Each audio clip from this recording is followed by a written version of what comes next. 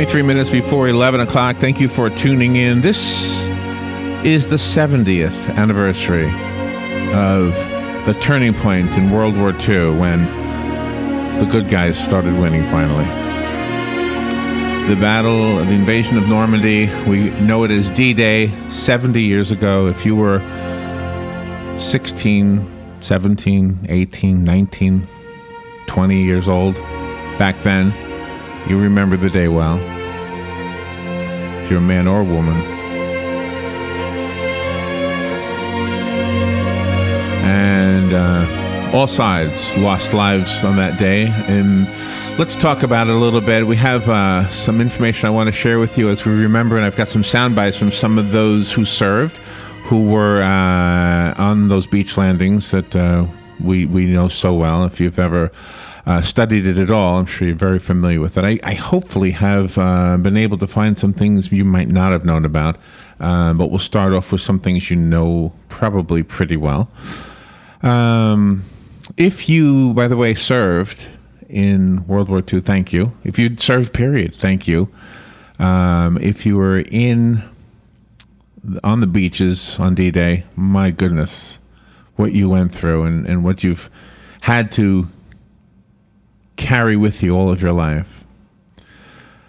The casualty numbers have changed over the years. I guess there are different ways of calculating how many people died. So some of these numbers may be different in the different history books, but I wanted to start out with the number of losses. Casualties usually referred to those losses that were suffered because they either died, they were wounded, they were missing in action, that the bodies were maybe never found, they were prisoners of war, and there is no official casualty figure for D-Day.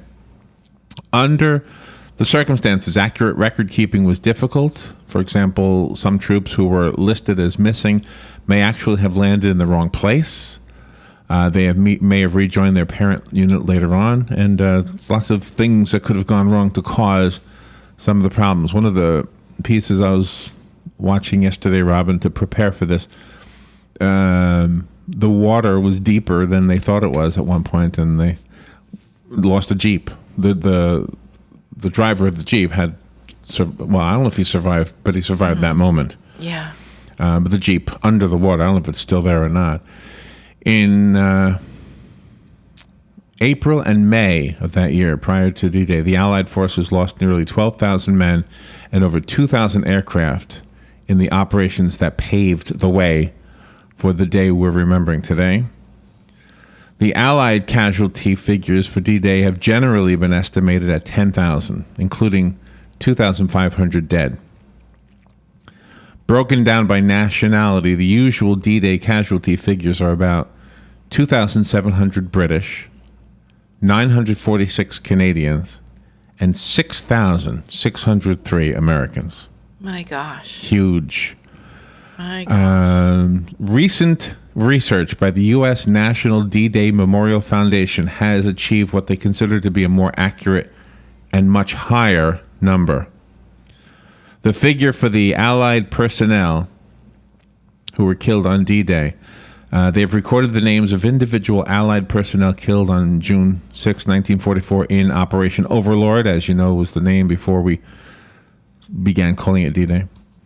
And by the way, I think that this has been covered by a few different people. I think Tom mentioned it yesterday on Buddy's show, and Gary mentioned it on Hank's show yesterday.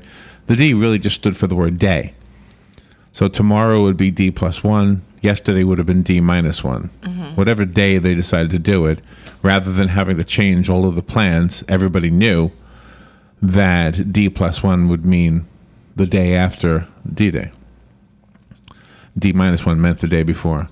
The U.S. National D-Day Memorial Foundation researchers have recorded the names of individual Allied personnel killed on this date, and so far they have verified 2,499 American D-Day fatalities, 1,914 from other Allied nations, for a total of 4,413 dead, a much higher than the traditional figure of 2,500 dead.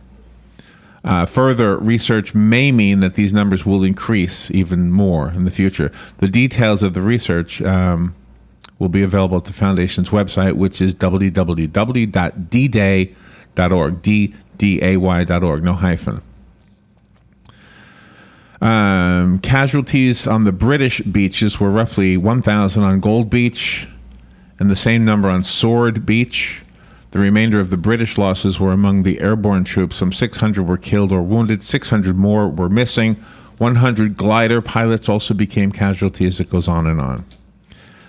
The naval losses for June 1944 included 24 warships.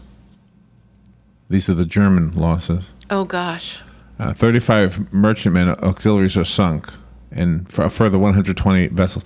There's a couple of really cool facts that I found yesterday that I had never heard before, and that's kind of what I want to do with the time we have, is to talk about some of the things that may not have been so commonly known. And just reading your numbers is really just to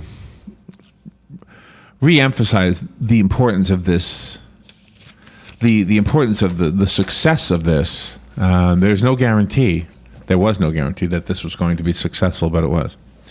So if you were a soldier back in June of 1944, then you probably paid very, very close attention to the first soundbite I have. This is General Eisenhower. He would have made this speech 70 years and 1 day ago. He made it on June 5th, 1944. So let's start with that. This is General Eisenhower explaining why it's important to do what was done.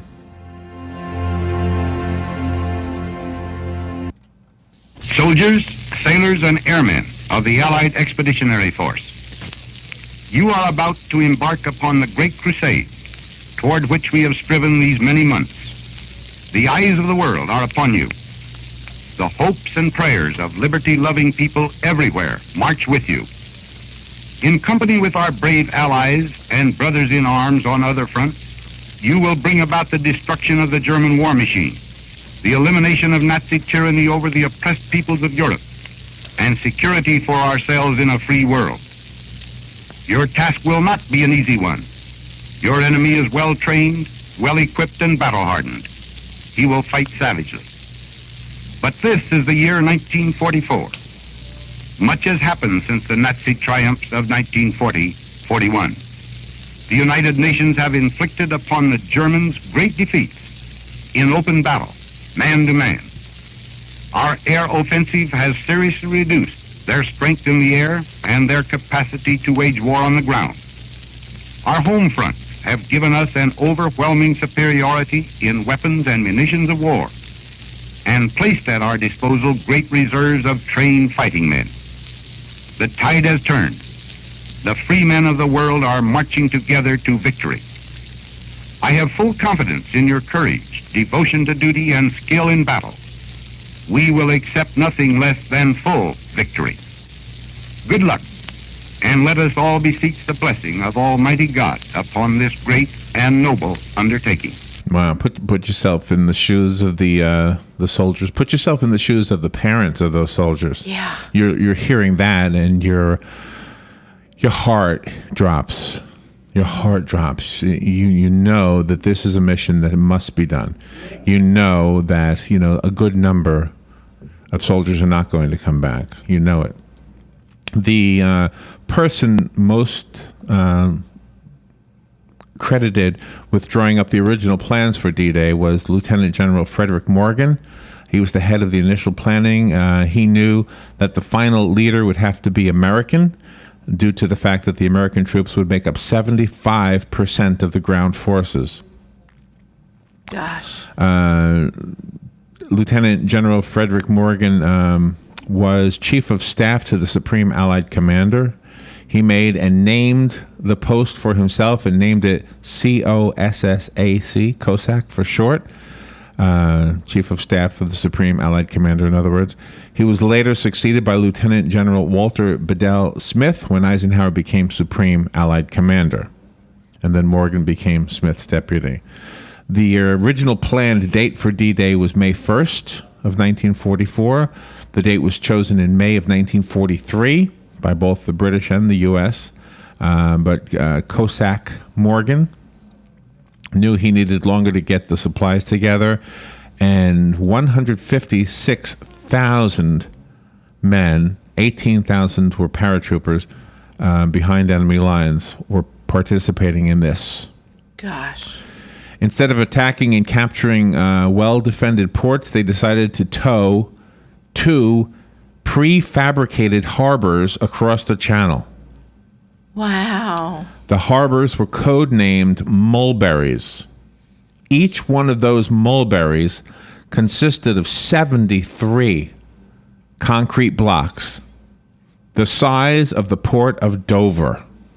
Those are huge. Can you believe that? Huge. One mulberry would support the British and Canadian troops, the other the American troops. Wow. Every document concerning D-Day was stamped with the word bigot, B-I-G-O-T. There was a reason for that. They chose the word bigot because they believed that no one would go around bragging about something with a classification of bigot. Clever. A double agent played an important role in helping the Allies achieve a foothold in Normandy. His name was Garbo. Garbo, as he was known by MI5, told the Germans that the Allies intended to attack in Norway and Pas de Calais. Am I saying that right? It's a French place. While feeding the Germans bits of the truth, he also delivered big lies, and the Germans believed him. Wow. And it was part of why we were able to be successful with that. Even though they had their spies. Germans had It's their just spies. it's a different world now. It was a different Yeah. world, obviously, then. Sure. Operation Bodyguard was the code name for the deception plan that was part of that I just told you about, employed by the Allied states during the build-up to the 1944 invasion of Northwest Germany. And I have some things right here that I hope will be interesting to you that you perhaps had not heard before, unless you're a real good student of these things.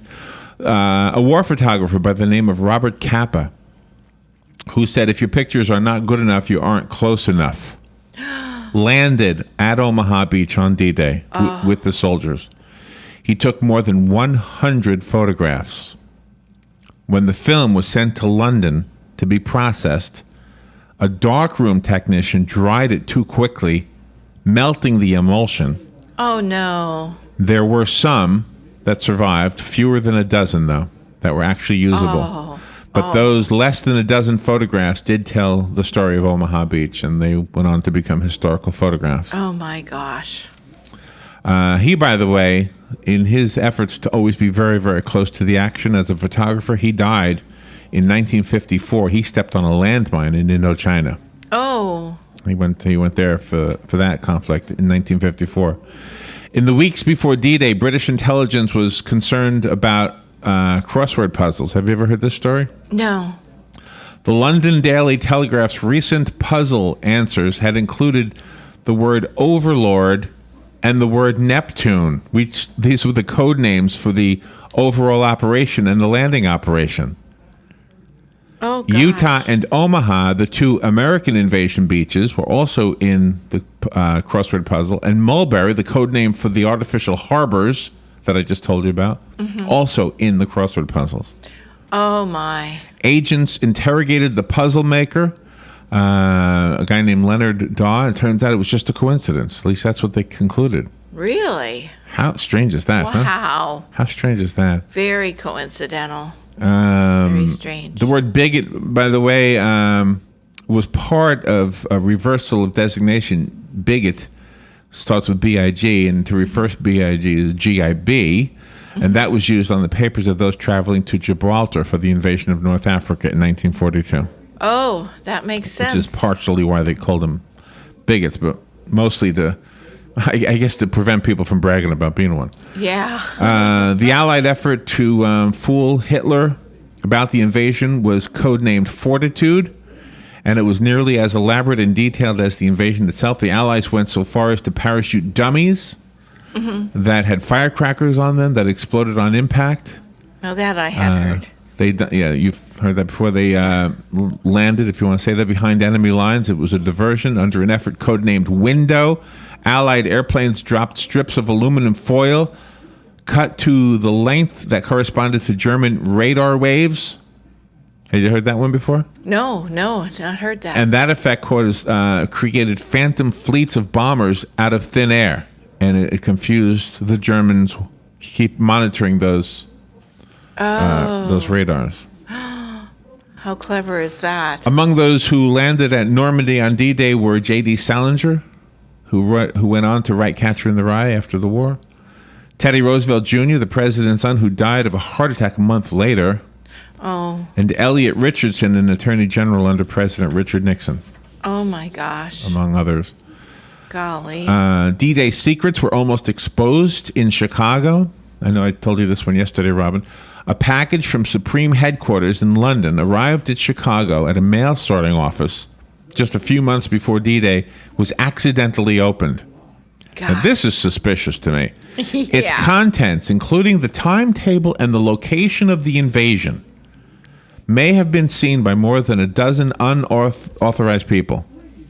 The FBI found that a U.S. general's aide of German descent, no less, had sent the package to Ordnance Division G4, but had added the address of his sister in Chicago. The FBI concluded that the aide was overtired and had been thinking about his sister, who was ill. But just to be safe, the Chicago postal workers were put under surveillance and the aide was confined to quarters. Well, But good. He I don't could have know. been a spy. That is so weird, and Yeah. we have to take them for their word that they did figure out what the truth was there. In a 1964 interview, Dwight Eisenhower said that a single person won the war for us. He was referring to somebody, but who was it? Was he referring to George Patton, General Patton? Was he referring to Douglas MacArthur, General MacArthur? According to this, he was referring to Andrew Higgins, who designed and built the amphibious assault crafts that allowed the Allies to storm the beaches of Normandy. Oh, my gosh. Isn't that something? I want to play for you now the actual sound bites of the veterans who made D-Day the day it was, the ones who were really there. I've put it up against a piece of music. Robin, do you remember what it was called? Dido. Dido's Lament. Yes. Dido's Lament. It's a classical piece, and I want to play for you now. These are the voices of the men who were there. They describe some pretty horrendous things on this day 70 years ago as we remember D-Day.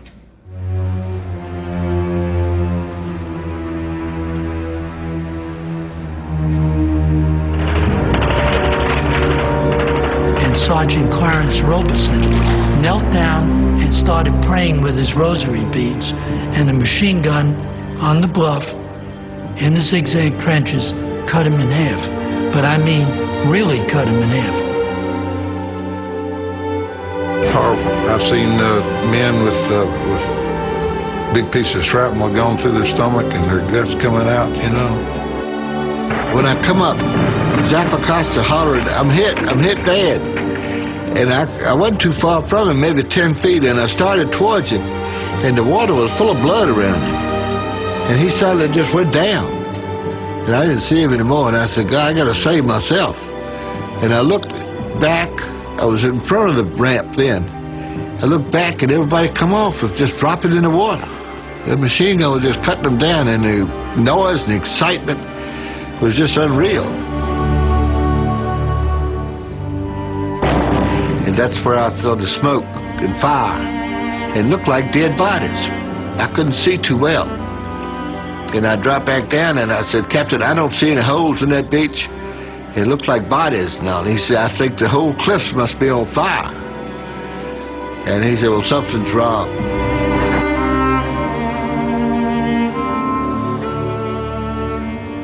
An 88 millimeter shell went off in front of me and hit me in the left cheek, ripping off this cheek, taking out my left upper jaw, putting a hole in the roof of my mouth, slitting my tongue, and I had teeth and gums laying on my tongue. That same shell killed one of my Company A buddies who was a little in front of me on the left, Bedford Holdback of Bedford, Virginia. We had at least 300 or 400 yards of flat sand to cross before we could get to any kind of cover. You can't go back. The only way to go is forward. It is no option. And you just pray you're not going to get killed, not going to get shot in the stomach, and you pray you don't get hit in the head. If I get hit, I hope it's in the arm or leg, or they can have my leg, they can have my arm, but don't hit me in the stomach or don't hit me in the head. I hit the sand behind one of the hedgehogs, and I observed to my right, Private Robert Ditmar of Fairfield, Connecticut, was facing skyward and yelling, I'm hit, Ma, Mother," and then he was silent. When our ramp went down, it was a signal for every machine gun on that beach to open up at the exit to our little boat, so that the lieutenant, who was up in front, was machine gunned right away in the boat with several of the men around him. If you can just picture it, all the sea was just full of ships, planes coming over, all directing the bombardment onto here. The place was just full of invasion force. We still think of our comrades we lost here and different places nearby, and there's tears in my eyes. You can't see them, but they're still there for my friends, because I lost a lot. And there you go.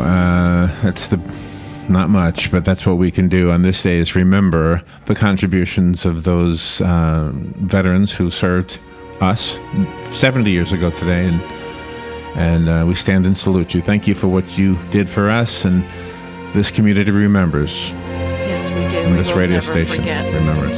We will never forget.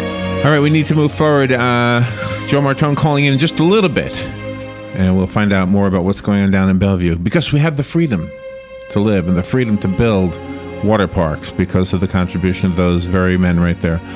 All right, we'll take a break. This is WOCA Ocala. Fox News Radio, I'm Lillian Wu in Normandy, France. It was here, on these shores, that the tide was turned in that common struggle for freedom.